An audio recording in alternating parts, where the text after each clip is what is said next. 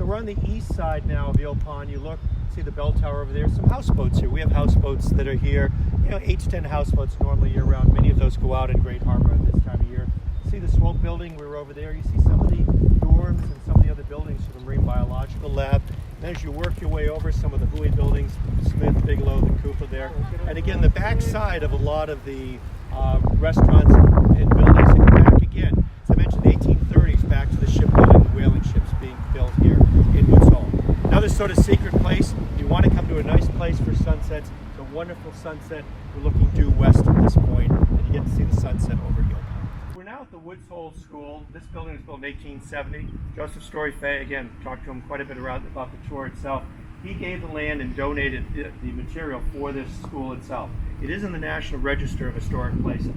Currently, no longer a school, at least a year-round school. The children from Woods Hole go to Mullen Hall in Falmouth for K through 4.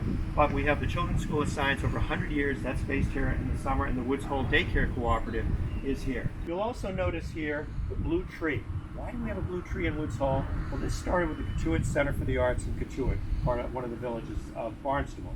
They decided to paint some trees blue as a way to notify everyone about the need to do a better job of tree restoration and ecology. So we have here, they painted this tree blue last year. People stop by, they look at it, and again, probably this summer it will get painted at some point just to highlight the need to improve the ecology and the work with trees.